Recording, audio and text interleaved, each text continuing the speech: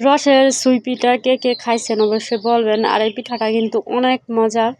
রসের পিঠাই মানে স্বাদ, এত স্বাদ আর কি যা কিনা বলার মতো না। তো এই পিঠাগুলো আমি বানাইছি আর এত সুন্দর হয়েছে, এত ভালো লাগছে খেতে যা কিনা বলার মতো না।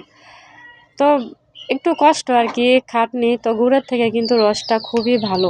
আর দেখেন কতটা সুন্দর হয়েছে, মাশাল্লাহ। আমার কাছে এত ভালো লাগছে পিঠাগুলো বানাতে, আর বানানোর পর এত সুন্দর একটা লুক হয়েছে, আপনারা দেখেই বুঝতে পারতেছেন মানে কতটা স্বাদ হতে পারে আর কি। যাই হোক, এখানে 7 কেজি পরিমাণ রস আনা হয়েছিল। তো কি তারপর ভাবলাম যে খেয়ে দেখা যাক কীরকম। তো খাইছি, একটুনি খাইয়ে দেখার পর দেখছি যে একটু মিষ্টিটা একটু কমই। মোটামুটি ভালোই মিষ্টি ছিল। তো দেখেই বুঝতে পারতেছেন একটু লাল লাল ছিল। তো জালটা কিন্তু কম দেওয়া লাগছে লাল হওয়ার কারণে। তো 7 কেজি থেকে মনে হয় যে 4 কেজি 3 কেজি পরিমাণ এরকম টিকছে। যাই হোক, আমি বুঝি না, মাপ বুঝি না। তো রস দিয়ে সুন্দর করে আগে মাখানো হয়েছে, সুন্দর করে মেখে নেওয়ার পর সুন্দর করে এভাবে আমি হাত দিয়ে এগুলো বানাইছি আর কি। একটু শক্ত হয়ে গেছিলো, তো আরেকটু রস আমি এখানে ব্যবহার করছি। তারপর সুন্দর করে আবার মেখে নিছি রস দিয়ে। আর মেখে নেওয়ার পর সুন্দর করে এগুলো আমি আস্তে আস্তে বানাইছি।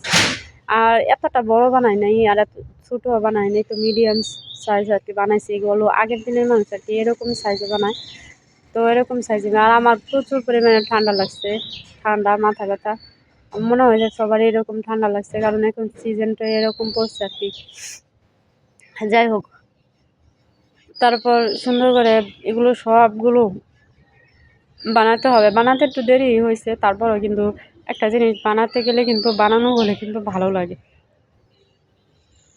তো একটা জিনিস খেতে গেলে বানাইতেই হবে, এটা কোনো ফ্যাক্টর না, বানাইতেই হবে। তো সুন্দর করে একটা একটা একটা একটা করে সবগুলো আমি মানে বানায় নিছি। যে দেখেন আমার কিন্তু বানানো হয়ে গেছে। তো এখানে আমি গরম রসের মধ্যে দিব। আর এখানে দুধ দেওয়ার কারণ, না দেওয়ার কারণ হচ্ছে আপনার দুধটা দিলে গ্রানটা যায়, রসের একটা গ্রান থাকে। আর এখানে নারিকেল দিলে পিঠাটা তাড়াতাড়ি নষ্ট হয়ে যায়। নারিকেল দিলে দেখবেন আপনি নারিকেলের কিন্তু একটা ভাব, যে ওটার জন্য কিন্তু পিঠাটা নষ্ট হয়ে যায়। এই জন্য আমি কোনো পিঠায় নারিকেল ব্যবহার করি না, নষ্ট হয়ে যায় আর কি। নারিকেলের পিঠাটা রাখা যায় না, খাওয়া যায় না। যেহেতু অনেকগুলো পিঠা হয়েছে এই জন্য আর কি নারিকেলটা দিই নাই। তো সুন্দর করে আমি একটা দিছি। আর এত ভালো লাগছে আপনি যা কিনা বলার মতো না। দেখেন কতটা সুন্দর হয়েছে পিঠা বানানোগুলো, কিন্তু মাশাল্লাহ খুবই সুন্দর হয়েছে। তো যাই হোক, আমি ফার্স্ট টাইম নিজে একা একা দায়িত্ব পালন করছি।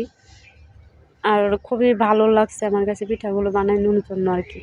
তো আমি যেই পাতিলে রসটা জাল করছিলাম ওই পাতিলেই বানাইছি। তারপর এটা আমি খালি করবো আর কি। সবাই ভালো থাকবেন, আজকে এই পর্যন্তই। আল্লাহ হাফেজ।